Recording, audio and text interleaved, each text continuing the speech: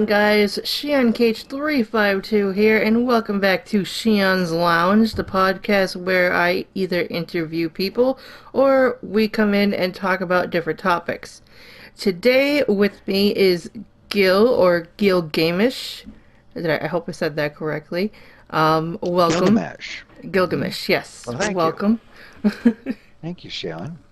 I'm glad to be here. Now, we go way back, me and Gil. I've known him since PlayStation Home. You know, we were in a decorating guild together. And he's taught me quite a bit about decorating on different games. I mean, I'm still not perfect. I still put things crooked, but it's going. But the fun part is piecing it together. Yes. And then the final product. But since PlayStation Home has shut down, Gil has gone on to do many different things, and that's why I figured to have him come on and talk about those things, because they're very, very interesting, and it really ties in all together. So what have you been working on since PlayStation Home has shut down? Well, that, like you say, it's kind of an interesting story, and every time that I mention to someone the history of how I got where I am today, they always want to know, well, how did you do that? How did you get there? Was it a lot of hard work or just kind of a lot of luck? And I think it was a combination of both. I think so too. Yeah. So like you mentioned, while was up and operating, there were a couple of activities I was involved in there online. And one of them was with the Home Decorator Guild and decorating our private spaces with furnishings and art. And then every week we'd get together and we'd tour each other's spaces to see what we had done. I remember that. That was a good time. That was a lot of fun. That was a really good time, and it was a really dedicated bunch of people. Yes. A large membership in that club. Yes. Another activity I was involved in was that we had a studio, so to speak, a group of people who would go and use the capabilities within PlayStation Home of recording a video. And so you'd be able to record videos of your avatars, and we would dress our avatar in a certain way so that we could tell a story. So we'd actually be making short movies is what we did, and we would dress up in a costume of some kind, and we'd puppeteer the avatar through its acting of its part, and the director who ran the group would go ahead and edit all that together with sound and music and everything else. Yes. And then that would be broadcast in one of the theaters that was online in PlayStation Home. Now that wasn't around for very long, though, that broadcasting in the theater, was it? Oh, yeah, that was right up until the day Home shut down. That was still running. And there was a leader, they called him the director, who actually was under contract with Sony. Yes. And the other directors would then get their teams of people together, and they'd each individually make their short films, and then all those would be broadcast in the theater. So you could walk your little avatar inside the theater in PlayStation Home and sit down and watch a video that you had helped to make. And so as I was doing that, I started getting involved in different aspects that were a part of making those videos. That's right. You did a couple of them for me as well. Yeah, and I did voice work. One year I was Santa. Yes, yes, you were. Kids, I was Santa Claus, and I played other parts because sometimes we needed a voice and a speaker that telling the story. And to do that, I was under a contract with Sony because they were using my voice in these videos that were broadcast within the game. I had to be under contract so they could use my likeness. Right. Your voice is a part of your likeness. Nobody ever saw my face.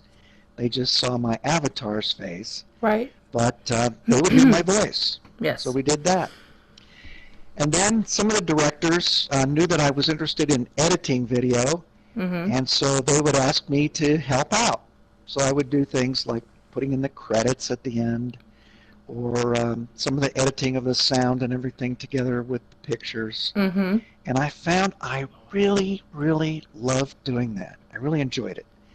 It's really, to me, it was a challenge, and I was really happy with the outcome. I really enjoyed doing that, and then seeing it being broadcast in those little theaters online Yeah. at PlayStation Home.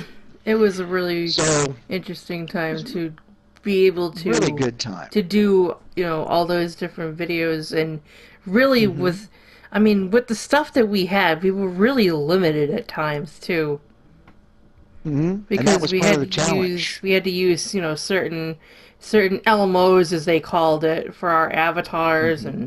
and all of that. And But sorry puppeteering to the cut you off avatar. though.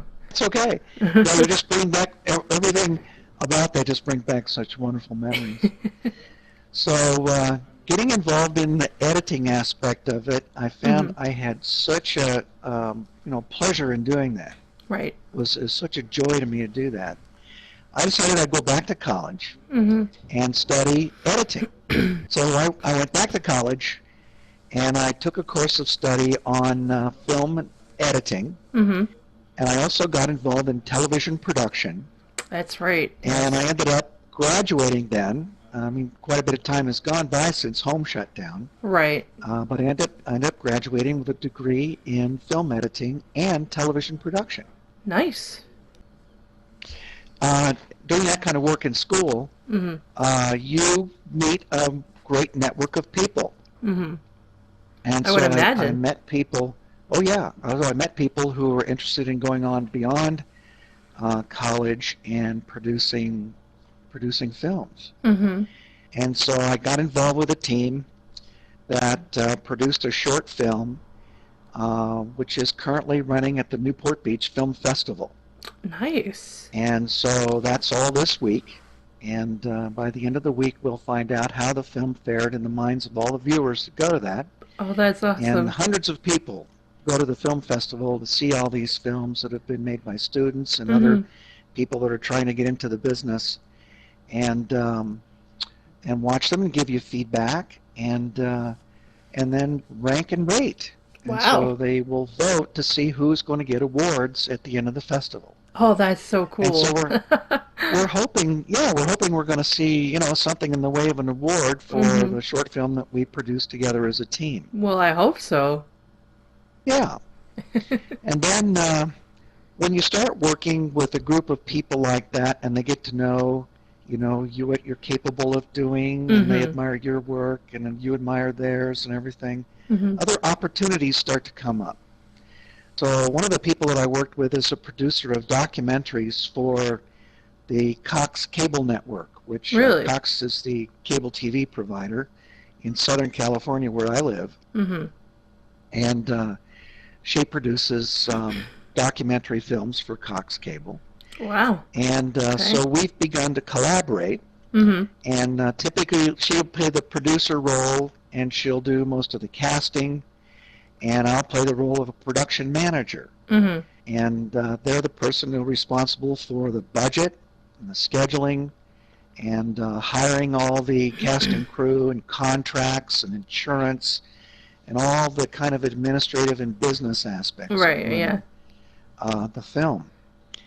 And Would you honestly, like, do you like doing that aspect, or are you more set in your way with editing and casting? oh, that's a great question. It's funny because the initial interest that I had was in the editing, Mhm. and that extended into television production. Yeah. And I was involved in producing a television program for Cox Cable myself, Mhm. and that's how I met up with this producer who was also working with Cox Cable. And she hired And you so one, and from she that. basically hired a producer hires the production manager. They're usually the first two people involved in making a movie. Mhm. You got producer or a team of producers, and they find funding and everything. And the Mhm. first person they usually hire is the production manager. And they make the film, and when it's all made, the last person to be fired is the production manager. So first person hired, last person fired, because you have to be there to put it all together and make Right. sure it gets done. Mhm. And part of what I'm still able to do is kind of get my hands on different creative aspects of it. And Mhm. so I'm able to have input on the script, Yeah. and we do a script breakdown so that all the different scenes and camera setups and everything are all identified in advance so we can be Mhm. efficient when we shoot. Mhm. And so I can have some input on the script to make sure that the storyline flows and there's continuity. Right. And I can have some input on the casting.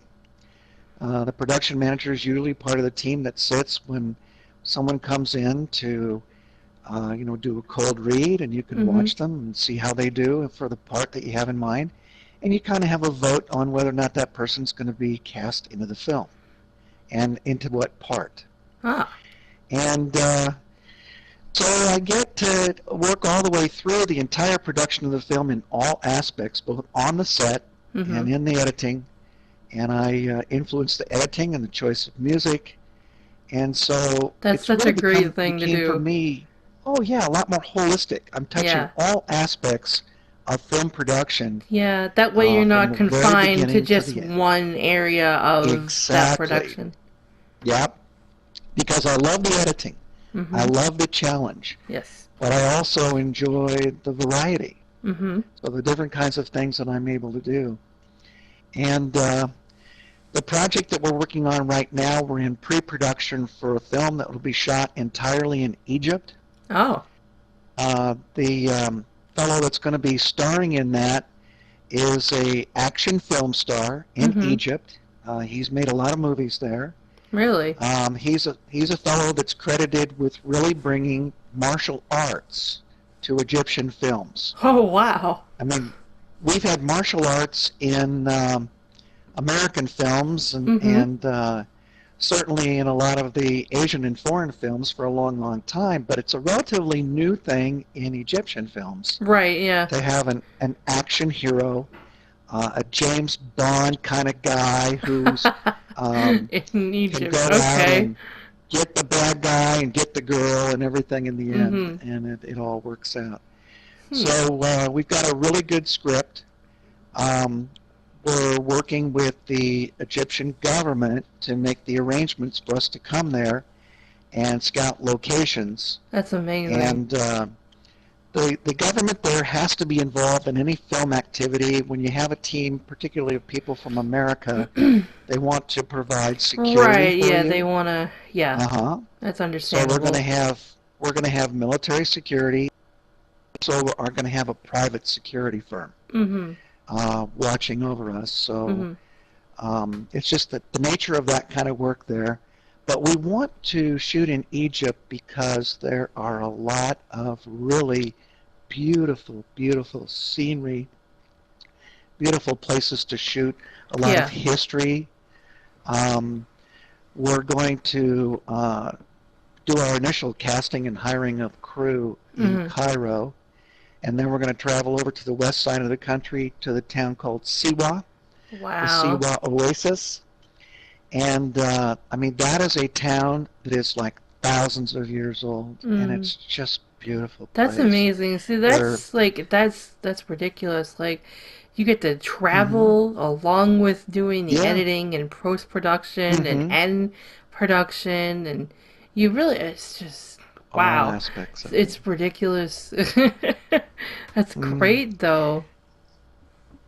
So it's kind of a career path, so to speak. You start out getting some Mhm. education, which is a great way to network and meet people who have similar interests. Mhm. And then you start working in the real world. Yeah. And Who would have thought that, it all started with editing on, it a all game. started it all started with puppeteering a little Yes. avatar Pretty around much. in PlayStation Home. Yeah.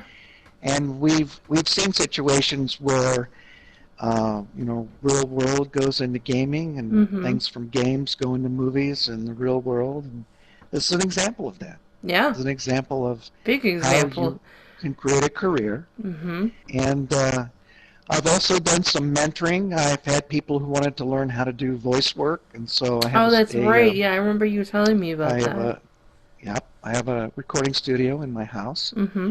and people come over and we practice them using voice characterizations Mm-hmm. and how to record and how to edit what they do, that kind Right, of work. right. So all the aspects of it, it's just really exciting. I think back to those years ago when we Mm-hmm. were just playing around, hanging out at the beach or whatever we were doing in PlayStation Home, and what this has led to. For me, it's a real world career, Yeah. and I could not be happier with it. Yeah. I mean, I've done a lot of that too, but I've done Hmm. more of the editing side, you know. Yes, Like I mean, and you and I've I have taken, worked together on getting that. paid to talk Hmm. classes. Well, I took one class, but, you know, just that one class alone gave me the, initiative to want to do it more. Hmm. Hmm. Yeah, and you and I have worked together on some projects, Mm-hmm. and it was always a lot of fun working with you because you have a real high standard on what you want to do, Right. and your work was always really good, Well, thank you. and that was fun too. um, any tips that you would want to give to anyone that would want to get into something like that? I mean, we don't Well, have yeah. PlayStation Home anymore, so we can't really Mm-mm. we can't go there. We No, can't say go there and practice. no. But most people have access to some kind of like a film school Mhm. or a community college or a regular university where they teach film. Right. And if you're able to go and take a class, I mean something even in the evening if you've got a regular day job, Mhm. just to initially meet others who are involved in that, because the film industry and the people that work together are very close knit. It Mhm. is very much that they know people. There are people they like to work with, and those are the ones that when another project comes up, they get invited to join the team again Right. and produce another film. Right. It's good So to, it's get in good with those mhm, kind of people. That way, you're exactly. you're the first contact. And initially, the way to do that is take a class Mhm. or somehow show an interest in that. Mhm. Sometimes the instructor of the class will even in on one of them. So Mhm. you can say, gosh, I'm kind of interested in this. Can I go sit in? And then Right. during the break, meet people. Meet Yeah. people. Tell them your story, the kinds of things that you like to do, the Mhm. kinds of things you're interested in, and see if you can wangle an invitation to a set. Mhm. And then at the set, watch, observe, see what different people are doing, different positions that people have that are working all together as a team to produce Mhm. that film. Ask questions, show an interest, and get involved. Right. And sometimes you can get picked up by a group like that. Mhm. There are also websites getting, I becoming remember when I involved. did that getting paid to talk class. They did give us out emails on different people to do like a demo, and then send Mm-hmm. that demo to those people. And Yeah, if they liked, if they liked your demo, then they would give you a call back. sure. Um, Yeah. I And didn't do that. I did make a couple of demos, but I did not send them because I did not like them. Um, aha. plus, you know, my luck being if I did get a call back, I wouldn't be able to get there. I don't know where I would get Oh, called to. yeah. You know what I'm saying? But Well, that's one of the primary things when I mentor someone who wants to get into voice acting. mm-hmm. Um, we pretty much work on creating a demo for them. And it's surprising. A demo does not have to be a long recording. Right. I mean, my original demo that got me involved in making the films on PlayStation Home Mm-hmm. was only a minute. I only did like 4 or 5 different characters. Mm-hmm. And I had one with a kind of Western twang where there's no such thing as the perfect demo, and I would say things like that, in Mm-hmm. kind of different characters. And so that was something that they liked the kind of thing I did. And I think most of all, they like it when you have a lot of enthusiasm, when you have Right. energy, and when you show that you really want to be involved in this, you're really going to give it a lot of effort and hard work. Mm-hmm. And they're going to get somebody that wants to work hard. They're going to give them a chance over somebody that maybe has really good, perfect diction or perfect characters or Yeah. whatever. They can be really funny sounding and everything, Mm-hmm. but they're not that serious about it. They Right. can do that, but they're not that serious. Yeah. And I had a few people come over that said they wanted to get involved in it, but it was very clear right from the beginning Mm-hmm. they just weren't really serious Mm-hmm. in doing this kind of work. But somebody that wants to work hard, they'll pick up on that and they'll give you a chance. Yeah. So that's another tip. Well, I think that's about it. I mean, we pretty much covered um Well, thank you. all of that. Covered what you wanted to cover? Yeah. I think so. Yeah. So those of you out there listening to this podcast, and thanks for the opportunity to speak Mm-hmm. to your audience about this, you can tell it's something I love doing Oh yeah. and It is, love I to help mean, and see others get involved mm-hmm. and have the same joy, in this kind of work. And so find a way to be involved Yes. and get into that circle of friends, Mm-hmm. show your interest, and they'll be happy to teach you and bring you in and make you a part of it. Mm-hmm. Yeah, and Hmm. I hope that your team ends up winning an award. Oh, I got my fingers crossed. Yep. Let's hope. Let's hope. Yep.